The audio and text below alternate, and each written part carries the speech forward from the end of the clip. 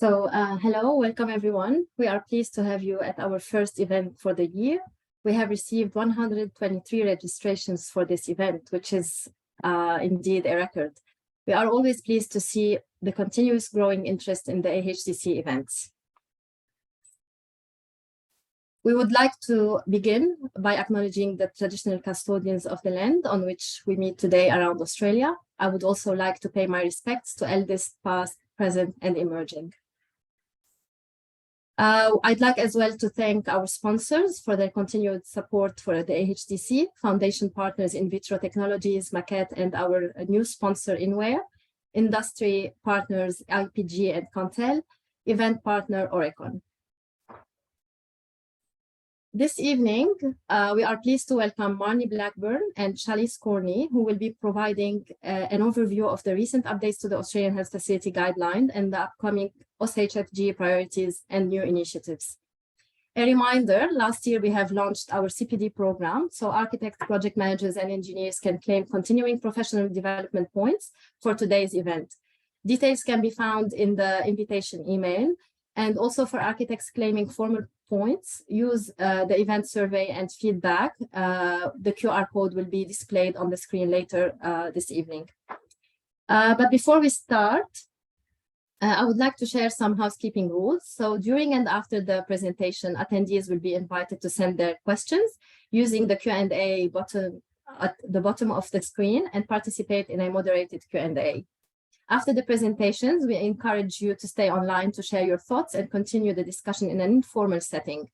The recording of this event and the presentation will be available in the next week on our website for members' access only. The discussion session following the event will not be recorded. So for those who are not familiar with our presenters this evening, I'm happy to welcome Marnie Blackburn, who has 25 years of experience in the healthcare industry, working initially as a physiotherapist across a range of clinical areas in both public and private hospitals in Perth, Melbourne, and in the UK. Since 2006, Marnie has worked in health service and facility planning roles and has led the clinical planning and development of business cases for numerous hospital developments across Australia. In 2017, Marnie commenced as the AUSHG program manager for the Australasian Health Infrastructure Alliance. This role's key focus is coordinating the AUSHG team's deliverables and facilitating the review processes to ensure alignment with current best practice models of care, efficient operational models, sustainable and affordable design solutions, and relevant standards and policies. Also tonight, we'd like to welcome Chalice Corney, who is the AUSHG standard component lead. Chalice is a health facility designer with experience across several large hospital projects and refurbishments. After studying interior and spatial design and occupational therapy, Chalice found where her design and health knowledge intersect and has facilitated design user groups on large hospital projects since 2016. The focus of her current role is coordinating the development of the standard components, facilitating the reviews through the expert reference groups, and managing the consultant team reviews to align with current best practice models of care and sustainable and affordable design solutions. So we are honored to be joined by you two tonight. I will pass it to you, Marnie, to kick off. Thank you. Thanks very much, Isabel. Hi, everyone. Look, we really appreciate being invited back again to present this afternoon. It's really great to have the opportunity to provide an update on the AUSHG. I'll just touch briefly on the agenda before we start looking into the detail. I think there's probably quite, Chalice, if you can just go to that next slide once you've got the presentation up and running. There's probably quite a number of you here today that have attended a couple of our previous presentations. So you may recall that we generally start with an overview of the current governance arrangements and how we conduct our AUSHG review processes. I won't spend too much time on that this afternoon, mainly just so that we can spend more time focusing in on the more interesting planning and design information that's come out of the recent AUSHG reviews. And we'll also spend a little bit of time at the end just talking through some of the upcoming AUSHG priorities and new initiatives. So just going to the next slide in terms of governance arrangements. So the AUSHG is governed by the Australasian Health Infrastructure Alliance, or AHIA, and that's made up of members from all the public health authorities across the various Australian states and territories and New Zealand. And obviously, the AUSHG is very much a key focus for AHIA, but they're also involved in championing a range of different strategic initiatives and providing that really important network in terms of sharing knowledge and lessons learned relating to the planning, design and delivery of health infrastructure. We'll just move to the next slide, which shows the current governance structure for AHIA. So you can see there's a range of subgroups on the bottom line there, which are all involved in reporting through to AHIA and represent the sort of key focus areas for them. The AUSHG group in the middle there are directly involved in developing the AUSHG. So we meet with them monthly. They oversee and support the development of the AUSHG and also continue to provide that important network in terms of sharing advice and lessons learned. One thing to note that some people may not be aware of is that New South Wales Health is the lead agency for AHIA. So they are responsible for managing AHIA's objectives, and that includes the administration of the AUSHG. So that's why our team sits within New South Wales Health Infrastructure, but we very much have a national and New Zealand focus. So just move to the next slide. Okay, so this slide represents our typical AUSHG review process. So we start there in terms of step one. Our team undertakes an evidence review and analysis process. So it's important that we understand the relevant updated standards, policies and guidelines. And then there's a range of other inputs that really help our team understand what are the key areas of focus as we go through, whether it's developing a new resource or reviewing an existing resource.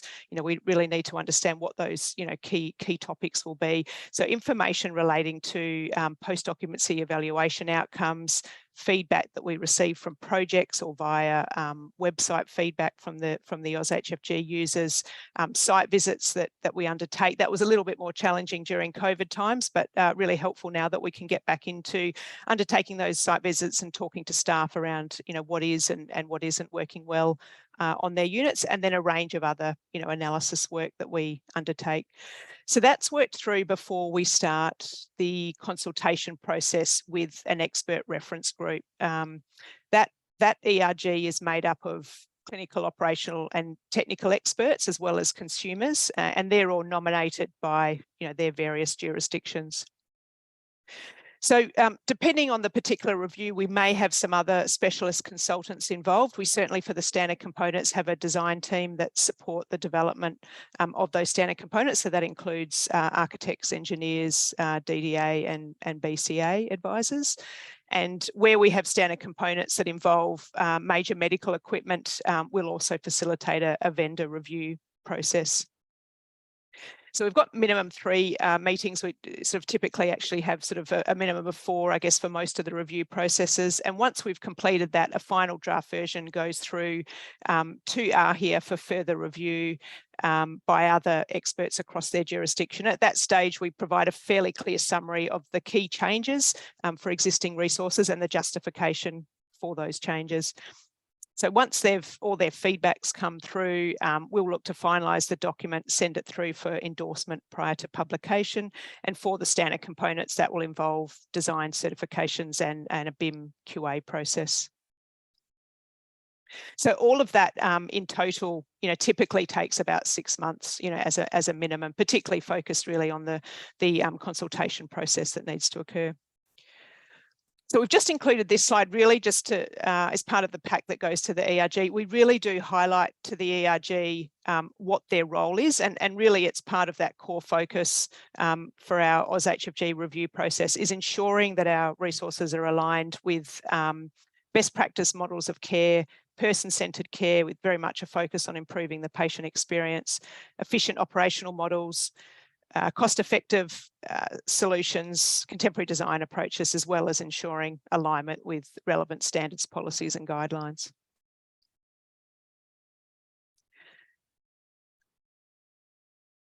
Okay, so we've just got a snapshot of our website here.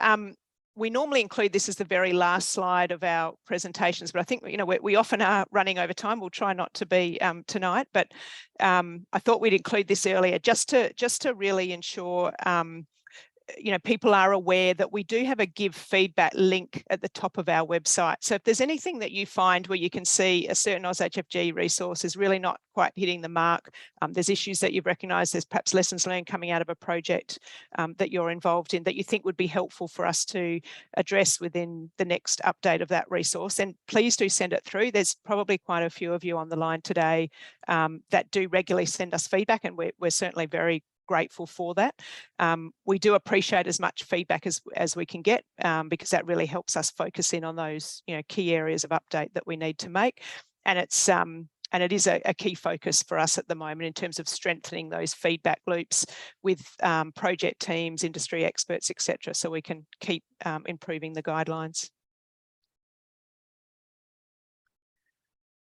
Okay, so look, that's really just a quick overview of background information. We'd be very happy to send out sort of any sort of further details if people do require that. I know that's sort of a fairly quick rundown of how we undertake our review process. But just moving here into sort of starting to talk through some of the key changes that have come out of our recent updates to resources. These are the HPUs that we've published over the last 12 months. That includes the new logistics and back of house services HPU. So prior to that, we didn't have any sort of specific guidance relating to back of house services. It was a real gap in the AUSHG, so it's been great to get that published. I'll talk in a little bit more detail regarding maternity and pathology services shortly. Just on the next slide, you can see there's also a number of standard component sets that have been recently published, and Shalise will step through again some of the important elements that have come out of those. So we'll just move through. So we've particularly focused on maternity and pathology today, mainly I think because probably maternity was the recent HPU that we updated just in January, or published just in January, and pathology I think because there is some really quite important lessons learned that sort of came out of that review process.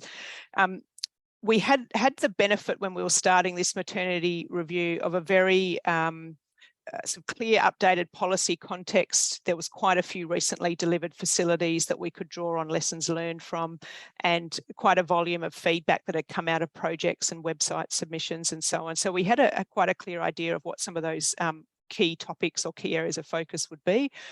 We then started the consultation process.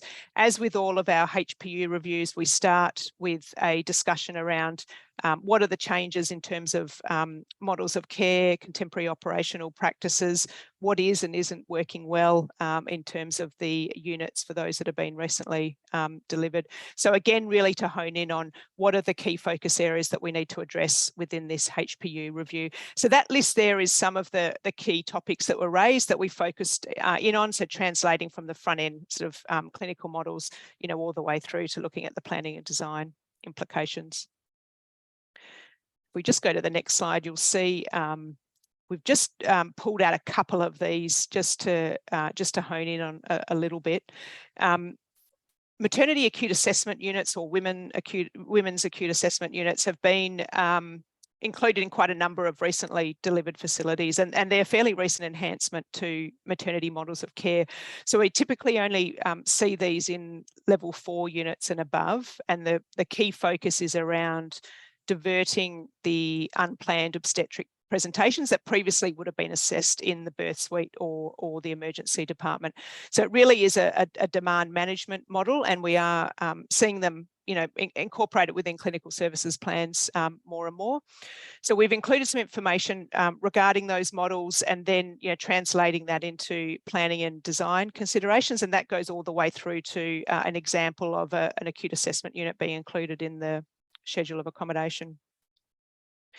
Then we're seeing some of the tertiary level services have moved to a maternity triage model. So that's a centralised model where all acute maternity presentations, including birthing, would come through a central triage and registration area and then would be streamed to the most appropriate location. So very similar to an ED.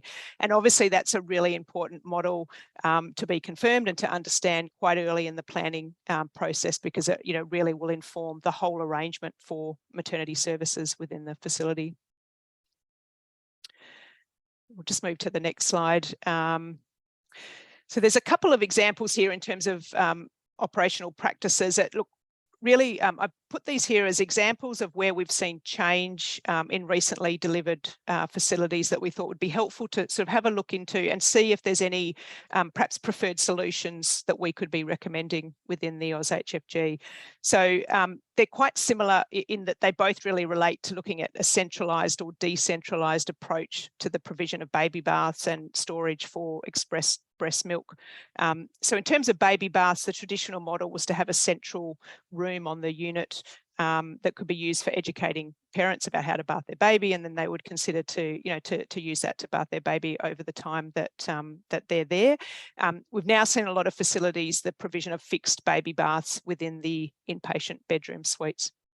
So both these models are supported from a policy perspective and from an infection control perspective, but it's really important that each project considers what is best for that particular facility, based on a range of considerations, including anticipated utilisation and the infection control risks, given we know that harmful microorganisms can grow in drains where they're not being frequently flushed. So that element does need to be considered, and then also the cost impact of of providing that decentralised approach.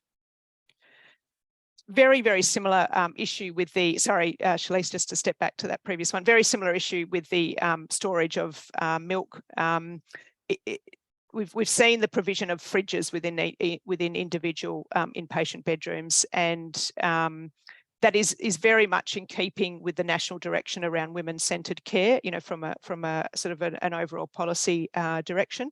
But again, there needs to be that consideration around the capital and recurrent cost implications of providing so many fridges, all of which require temperature monitoring. So we put in some pros and cons, I guess, around that sort of centralised versus decentralised approach for these. So yeah, just moving on to the next slide now. Now, access to operating theatres, look, this is probably almost part of Health Planning 101 in terms of the connection between the birth suite and emergency operating theatres needing to be as direct as possible via a non-public access route. So we've included in this updated version some more information in terms of those time considerations, or travel time considerations, I should say, between the two units. And also trying to understand, what types of facilities should be considering dedicated obstetric theatres based on the, advice from the Royal Australian New Zealand College of Obstetricians and Gynecologists. So just moving to the next slide, I think this is really just focused on the schedule of accommodation. There's a little bit of detail in there in terms of individual room changes, but I think generally, we have adjusted the scenarios slightly in the updated SOA, and we have included an example of an acute assessment unit, as I've mentioned. Most of the other updates are to do with, the allocation of support areas. Particularly, we did a lot of benchmarking relating to that, understanding the requirements around bereavement spaces, resus, and so on. So you can see the dot points there, those sort of key changes that have been made. I think the other probably big point to note here is that it's not so relevant for the larger maternity units, but where there's no neonatal care on site, so some of the smaller maternity services, that then becomes the location where unwell bubs that need to be transferred out are retrieved from. So it's really important there's that consultation with the local retrieval services like NETS to make sure that there is sufficient provision for that. And again, we put some guidance in there in terms of, the spatial considerations to support the workings of the retrieval team. Okay, we'll just move to the next one, Shalise, thank you. So now, in terms of pathology, so look, there was quite a major overhaul of this HPU, and I think one of the key themes relates to the issues around technology. So somewhat similar to the pharmacy HPU, which I presented last time. So there's continues to be increasing use of technology within pathology, and we've seen automation around for a while in terms of pathology services, and that is continuing to grow. And it's particularly useful in the core laboratory area where there is that focus in on the high volume, time critical type services, and typically those core labs are being delivered through the use of automated tracks that can transport these specimens between devices and can also analyze and process information that's coming out of that. So it's really important that we understand the level of automation that will be provided, particularly given that that arrangement of the core lab will really underpin the whole configuration of the pathology unit. There's another key area, though, for technology that's really growing rapidly in pathology, and that is around digital pathology systems. So that is where we can take a glass slide that can be captured in a scanning device to provide a high-res digital image that can be viewed on a computer screen or shared over a network, rather than needing a pathologist to look down a microscope. So you can imagine that's making some significant changes to work practices and workflows within pathology services. So again, it's really important to understand what those workflows are, and then getting down into some of the kind of more detailed planning requirements that we've included in the update HPU in terms of the need for scanning machines, computers, monitors, high-speed networks, appropriate data storage capacity, and so on. I think the only other thing just to note there is we had a lot of discussion with the expert reference group around the connection between pathology and ED, and we can't just solve that through a pneumatic tube system. So I think one of the key themes coming out of that expert reference group is that it's still really important, even with a pneumatic tube system in place, to have close horizontal or vertical proximity between the pathology unit and ED for those range of reasons that are included in those dot points there. So, again, a fairly key overarching functional relationship, for any facility. Thanks, Shalise. So then just in terms of planning principles, we thought it was quite important to really highlight these for pathology. It somewhat makes pathology unique in terms of health planning. There are quite a number of these key planning processes that really are important for pathology. So that includes the open plan, flexible modular design approach. It's really important to undertake early analysis of specimen workflows, as I've mentioned, as well as understanding projected workforce and equipment requirements, not only in terms of understanding the spatial requirements, but also in terms of informing the engineering services requirements. And also for pathology is understanding, future expansion strategies and potential surges in demand as we've seen with COVID.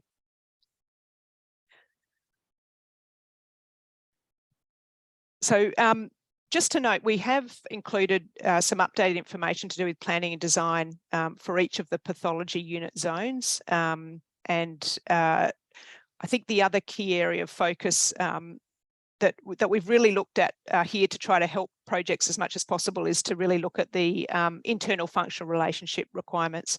So for example, in the core lab, that typically relates to disciplines that are using automated systems like chemical pathology, hematology, and transfusion services. We know that transfusion services requires that external access for distribution of their blood products, but they really need to be co-located with hematology because staff usually work between both services. And then hematology and chemical pathology also have a relationship. So that helps to actually look at how those various services need to be arranged within the unit. And then that design can then support those optimal specimen workflows and efficiency across the unit. I think there's one more slide in terms of pathology. So again, just in terms of the schedules of accommodation, this is probably the most significant change in terms of the HPU, in that we actually do have a schedule of accommodation now for pathology. There previously was a sort of a few specific rooms, but not an overall SOA to help guide that early planning process. And we know that the actual area requirements, will depend on the role of that unit, the scope of services, the level of automation, projected volume of activity. So it really does vary from project to project and needs to be built up from scratch. But early stages of a planning process, we don't know all of the detail. We don't know all of the sort of future equipment that will be required, or future devices that will be required. So we've looked to provide a number of clear examples for pathology services that projects can draw on and then adapt for their particular unit. So that goes through right from the sort of smallest hospital-based pathology unit that you would typically find with those basic services provided, through to a large hospital. And this example here relates to a major regional referral hospital. So provides that starting point for planning, and has been based on benchmarking of recently delivered facilities in terms of those area allocations. So I think that's it in terms of the HPUs. I'll look to pass on to Shalise to step through the standard components. Thanks, Shalise. Thanks, Marnie. So as Marnie mentioned earlier, the most recent publication of standard components was actually the middle of last year. We have some upcoming shortly once endorsement is complete. So those were staff workplace, nuclear medicine, pathology, and public areas. So I'm going to go through just a couple of things from the staff workplace and from the nuclear medicine sets. And I will just start here with the staff workplace. So they kind of can be broken into meeting rooms, offices, reception, and a couple of little other standard components within that set. Meeting rooms were a significant update. They had been waiting for a long time to be updated. And as you can see in the table there, we have our 9, 15, 20, 30, and 55 square metre rooms. We did retire the 12 square metre room, as 9 and 15 allow you to adjust sizes where needed. And we also looked at adjusting the occupancy levels. So there was minimal changes to fit out, including removing fixed joinery and updating furniture to reflect appropriately sized items, and layouts were adjusted to meet accessibility requirements and provide adequate circulation. So in some cases, this did result in a slightly lower occupancy than previously was shown. So that is up on the screen there for those. I did want to just quickly draw your attention to some of the AV elements that we've got, that we've added. So 9 and 15 all show their AV as optional, but it was quite significant work to develop the new AV systems, including various array microphones, combined speakers, webcam, computer systems, etc., and adequate services. So we did a detailed analysis of what people were kind of putting in these different spaces, noting that depending on where the room is allocated within any given unit, it may or may not be required, particularly in those smaller meeting rooms. So that was for those. When it came to the offices, again, we've got have noted that we're retiring we have retired officially the 3-person and 4-person shared. They weren't allocated in any HPU, and we've updated our workstation standard component to allow that to be combined into such a space. So where a small number of workstations are provided, the office workstation standard component can be used as a modular block to build up the space. And that's something that I wanted to particularly draw your attention to. The workstation standard component now has something that actually no other room layout sheet has on it, which has got this diagram down here, which allows you to have a look at what is happening when we say that we've got 4.5 square meters being allocated to a workstation.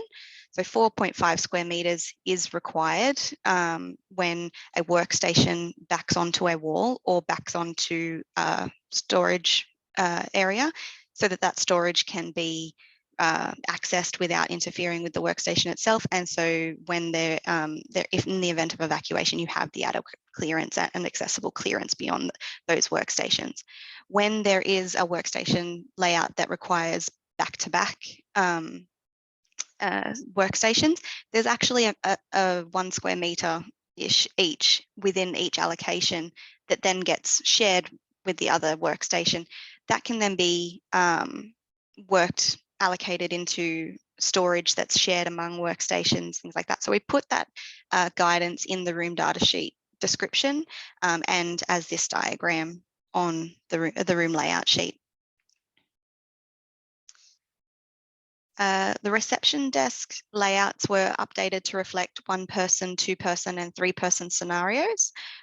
So rather than starting with any set area, we use with our expert reference group, we discussed with them how to best approach that, and it's about occupancy levels. So we started with that and eventually ended up retaining our 10 and 15 square meter areas, and then added our 20 square meter to get our 3-person scenario. So this aligns with allocations reflected in various HPU schedules of accommodation.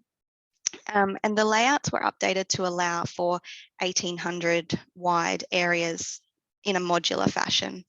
That would allow a screen with up to a computer with up to 2 screens, and allow an area for interacting with consumers, visitors, patients that came up to the desk. And then we've added the extra module of the wheelchair accessible compliant counter, and that can be moved along the design. But basically this is kind of the standard guidance for those reception desks, and then above and beyond that, the design can be shaped with those kind of blocks in mind. So lastly, there were a couple of stores and our photocopy stationery areas. Ultimately, the photocopy stationery were retired, the typical designs that were being found on projects when we looked through recently delivered facilities. They were providing open bays of different sizes, so we ended up with a small and a large. A small bay reflects something that is provided on unit. It has some storage, but it's basically our multifunction device, our recycled paper, confidential paper, and some storage for supplies, while the larger one shows a bay that may be provided in more of an administration area that would have additional requirements of collating, laminating, etc. So this was just some new ones that were created that I thought I might highlight.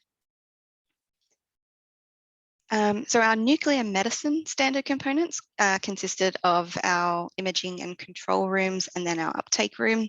There was minimal changes to arrangement to some of the imaging rooms and control room, but we did have an increase in size to our spec CT imaging room by 2 square meters. This was due to undertaking supplier test bits with the various vendors, and in order to accommodate the largest item on the market and not exclude any particular vendor from bidding on a project level, we did increase the size due to the ability to store collimators, etc., in the room. So just highlighting that change in area. We did have a new room created, which is our uptake room. So this room includes our recliner chair, our injection port, and patient entertainment system, intercom, a small medical services panel. The previous area that this was allocated to in the HPU was 9 square meters, and once the test bit, including indicative shielding, was complete, in order to include that shielding, although that can vary depending on the arrangement of the unit, that came up to 10 square meters. So this is the chair bay. An additional area and wider door would be required for any uptake room requiring a bed. We'd also need to note that the area for the injection port is indicative as well, depending on the overall layout. But the layout was mostly approved. Basically, the chair is blocked mainly by the wall, with the door not being the main point, because it is a slightly weaker point of shielding. That was just a highlight there. I can pass back to Marnie to talk about our current and future reviews and new initiatives. Thanks, Shalise. So look, we've just looked to summarise some of the new initiatives that we've been directed to develop from AHIA, as well as the resources that we currently have underway and upcoming reviews. Just to touch first, so that we've got those resources underway that you can see there on the sort of left sort of bottom side here, you know, a lot of those are, you know, kind of nearing completion. So hopefully we'll be through to being published within the next few months. We've also got a number of upcoming reviews, and we are looking at ways that we can improve how this is visible on our website. So you can be really clear about what resources we have coming up, and hopefully that will help even to prompt people to you know, provide feedback specific to those upcoming reviews. And then in terms of the new initiatives currently under development, all three of these are actually very close to completion. We're meeting with AHIA in about a week and a half's time to sort of start setting the scene for the initiatives for the next financial year.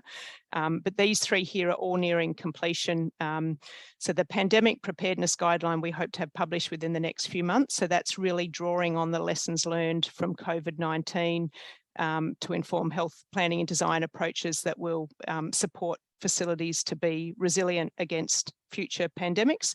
And that goes into, you know, level of detail, looking at sort of specific units like ED, ICU, etc., around what AHIA is recommending in terms of what should be incorporated within new builds and what may be addressed as part of refurb projects to do with that pandemic resilience. We also have spatial benchmarks that will be being issued for endorsement within the next few weeks, and again hope to have that up on the website soon. And then Shalise and the consultant team are nearing completion of the Revit model and DeRofus database audit and review. So I think that's it in terms of the main part of our presentation.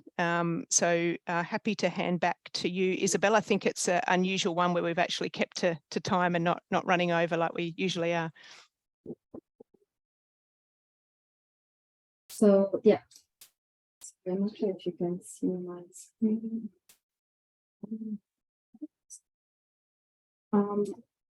Oops. So just bear with me.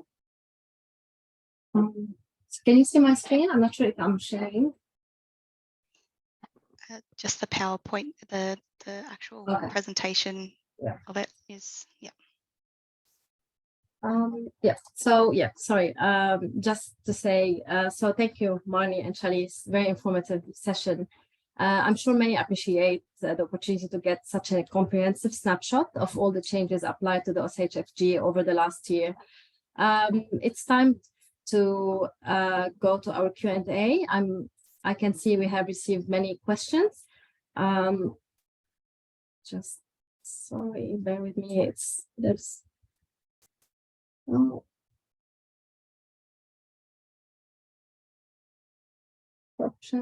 Okay. So the first question is from Andrew. So he's asking regarding the Australian Health Facility Guidelines. In recent projects, we have seen some big changes from operators' infection control standards and requirements. Are this also being captured in the updated AUSHG? One example was mounted sharps bin, top and opening heights. I can answer that one. Oh, sure. Okay, I can do overarching after, Shalise, if you've got a specific comment about the sharp spin. Yeah, so internally to develop the standard components, we have a document called our set out control schedule, which is essentially our kit of parts, line of heights document. On that does include our sharp spin height, and we have the latest infection control standard guidance guiding that height. So anything that has been produced over the last 2 years should be meeting that set height. So things like that we do stay abreast of for that question, specifically for that example. But I guess, Marnie, if you're happy to, Yeah, I just thought I'd mention, I guess, most of you would be aware, we have the Part D infection prevention and control, a sort of overarching guideline, and that we will be due to start reviewing that fairly soon. The pandemic preparedness guidelines sort of trumped that in terms of being a priority. We do very much have input from infection prevention and control experts as we go through the review processes. They typically come at that during that last stage, that last AHDC review. So we do seek their input to the relevant sections to ensure that we are being contemporary and certainly making sure that we're on top of all the relevant reference documents in terms of infection prevention and control.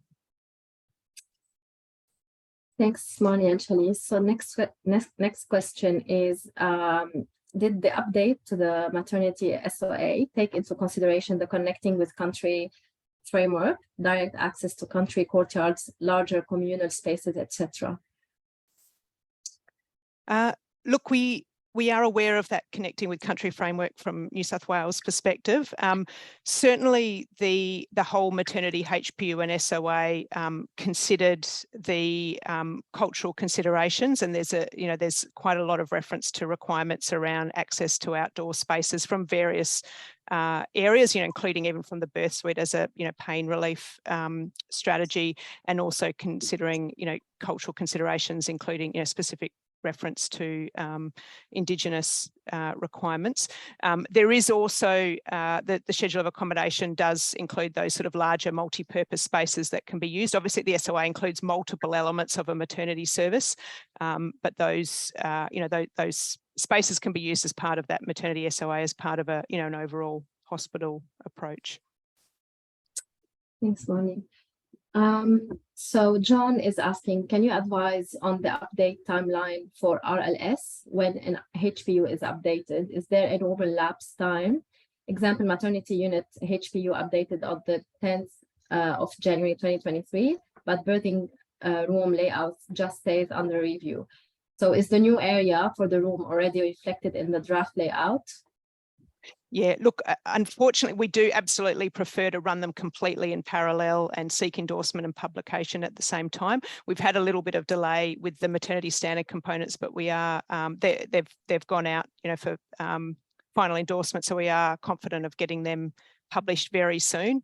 So yeah, unfortunately, there is often these little time delays. We don't like to delay the HPU going out so that projects have got that updated information. And generally, where possible, we do try to publish them at the same time. So there is that consistency between those two resources.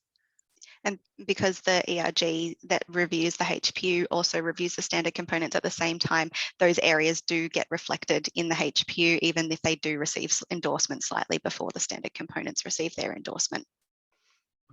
Thank you.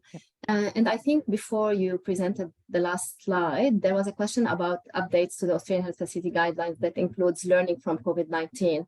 I know you have mentioned in the last slide there is an initiative for pandemic preparedness guidelines. Yes. So yeah, so that, as I say, we should have that published hopefully fairly soon. It's been a very challenging document to develop in terms of different approaches between jurisdictions. And the fact that the response to COVID does change, the models of care, how patients are being managed has changed as well in recent times as we sort of move to sort of business as usual approaches with COVID. But that should come out soon.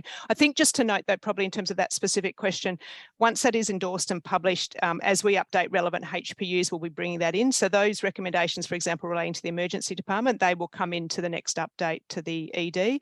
Some of the more recent HPU updates that we've looked at since COVID started, we have included some information. You'll see, some of that dental. I know we did nuclear medicine, for example. They do include some considerations relating to pandemic preparedness. Thanks, Bonnie. So another question is, or probably it's like a comment. So saying, can the reception components be renamed to include occupancy that is, for example, 15 meters square for 2 persons? This is to avoid users requesting to cram in more people without allowing for additional area. So it's more about the naming convention. Do you have any comments on this? Yeah, I'm happy to kind of take feedback on those types of things. We did change it from reception/clerical just to reception, 15 square meters. We made it fairly clear in the layout now that that's what 1 person, 2 person, 3 person scenario means, but I do appreciate the whole people trying to cram things in. So hopefully it's easier to show that's not possible now with the example. But I do understand where that's coming from. So it may be something, it might not happen until their next review because all of it's been endorsed as is. So I'm happy to take the feedback on board. Thanks, Felice. So there is a question about, can you share which hospitals recently completed in the analysis mentioned? You mentioned that there was an analysis for recently completed hospitals. Very Lim is asking if you can provide the names of these hospitals. Yeah, look, every review we are looking at quite a number of recently delivered facilities, including, going back to briefs, SOAs, and then, going through to as-built designs, just to understand what is actually being delivered. So it varies on each review process. We do seek, obviously, because we work within New South Wales Health Infrastructure, we have access to a lot of New South Wales projects, and we also try to bring in project information from the other jurisdictions.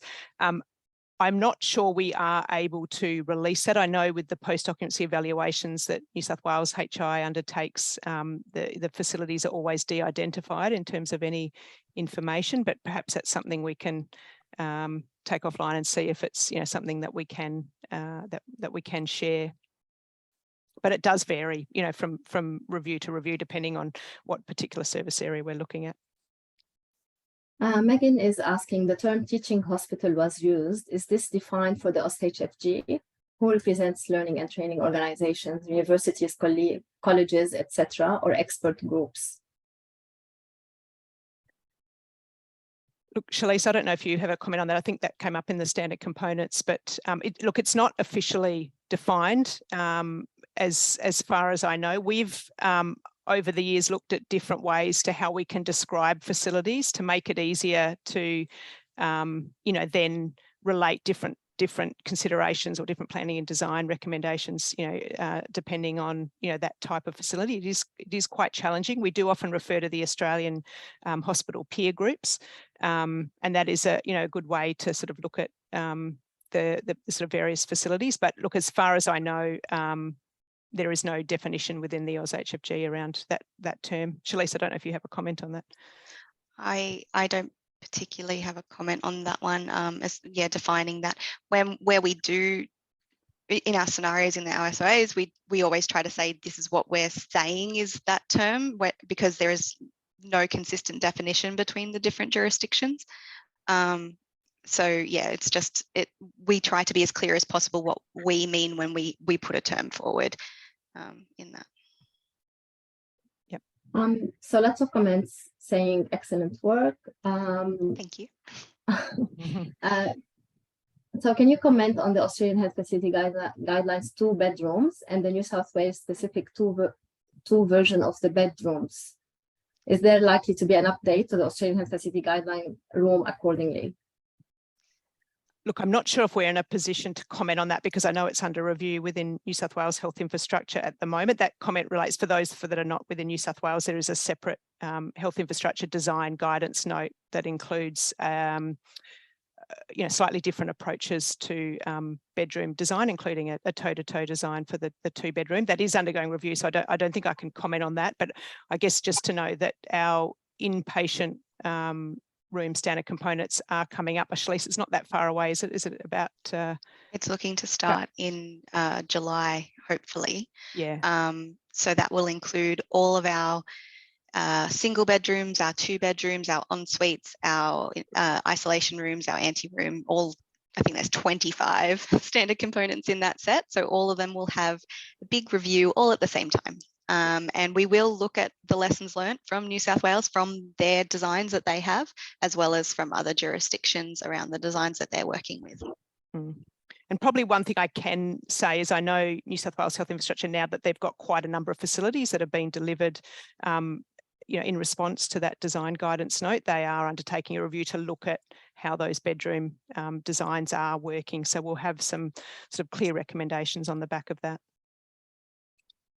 So Rodney is asking any plans to review size of staff rooms in light of COVID. This has been a constant concern with users in regard to limited space for social distancing. I know now as well there are lots of spaces, outdoor spaces that are being included for staff. So yeah, look, generally, and this is still in draft version and hasn't been completed, but generally the advice we've had to date from the jurisdictions is there's no plan to increase the standard size of a staff room, relative to the size of the unit, but it's about implementing appropriate operational practices and potentially designing some spaces, say for example, meeting rooms that can be used for alternative functions, given they won't be used as much during pandemic periods. For some of the staff rooms that are heavily utilised, there is the recommendation in new builds to include additional prep areas, sinks and so on, so that there's not those sort of bottlenecks and that staff will have access to the appropriate facilities. But it's still being finalised, those recommendations, so I can't give you a 100% straight answer with that, unfortunately. And I'll note that the standard components for staff rooms were updated just before the last batch of them that went out, so that was January 2021. So they came through, and I hope that you can kind of tell from the stuff that I presented today that occupancy is now very clear in what they are. So if there is jurisdictional or project direction to consider occupancy, it should be able to be much clearer on how to scale those standard components from the new designs. Thanks again. So there are still a couple of questions. I'll just give the last question for tonight. And most of the questions, by the way, are sometimes there are comments, not only questions. So we are giving the opportunity after the completion of this formal session. There will be an informal networking session where Shalisa and Marnie will be happy to stay and hear from you on your comments and some of the feedback we are receiving through the Q&A. The last question is from Brian. Recent project, the design of the baby bath has been a significant challenge due to differences in bath height, access arrangements, and tapware. There is a recent New South Wales POE, but this does not provide specific recommendations, and each project takes an individual approach. Has this been addressed in the latest updates? Detailed design of baby baths, so the newborn bathing, is actually not an element in any of the standard components that we have. We don't have a specific maternity bedroom for a model that would have decentralized bathing. The birthing standard components are actually just the birthing rooms, the 2 birthing rooms with and without birthing pool, and the birthing ensuite. So none of those have baby baths in them, so we don't have the detailed design guidance around that in the standard components. It is, I think it only goes to the level of detail of considerations for the model in the HPU. I'm not sure that it goes into any specific detail about the bath itself. Marnie? No, and I guess, Brian, just to note, this is the kind of information that's quite helpful, for us to hear. We don't go into detail in the HPU around, specific considerations around to the heights of baby baths, but it is something we can address, in future updates. So those kind of queries or items of feedback, if they come through, we make sure we pick them up in the next review process, so we can certainly look to then address that and provide that helpful piece of advice going forwards. So thank you to our attendees and to our speakers for their time and the valuable updates they have shared. Also, thank you to everyone who has helped to organize this session. We have some few quick announcements to support our community of health design professionals. And as mentioned a few minutes ago, we are exploring opportunities to improve the way feedback is captured from the industry experts. If you would like to be involved in an initial discussion regarding this, please stay on the line after the conclusion of the formal part of the event. We will communicate to our members any future changes to feedback processes. Another announcement is that the AHDC is partnering with Sydney Built Expo to deliver a healthcare panel discussion at their upcoming event, which will be held on the 6th and 7th of March at the ICC Sydney. So general attendance is free, and our panel discussion will be located on the infrastructure stage on Monday, 6th of March at 11 a.m. and will be focused on the topic of future-focused healthcare infrastructure. This event is an in-person only. It won't be recorded. So if you are interested, make sure to be there. Keep an eye on your emails and follow us on LinkedIn, as we will be providing further details in the next couple of weeks. Very exciting news as well. We have the European study tour again this year. So the AHDC is planning the European study tour from the 14th to the 23rd of June, 2023. The dates follow from the European Healthcare Design Congress and Exhibition, which will be held from the 12th to the 14th of June at the Royal College of Physicians in London, UK. So again, stay tuned as we provide more further details about this event. A reminder that 2 series of the podcast, Health Design on the Go, have been launched last year, with the 3rd series coming out in March. If you haven't done so, you are encouraged to look for the podcast on your favorite podcast app and listen to all things health design anywhere and anytime. Stay connected. Please follow us on LinkedIn. You can scan the QR code on the screen to provide us feedback, and you will be also able to apply for CPD points as mentioned earlier during the presentation. So here we are at the end of the formal part of our event tonight. Please stay online if you'd like to participate to the networking session. You will be redirected automatically to the informal session. Goodbye and see you next time. Thanks. Thank you. Thanks, everyone.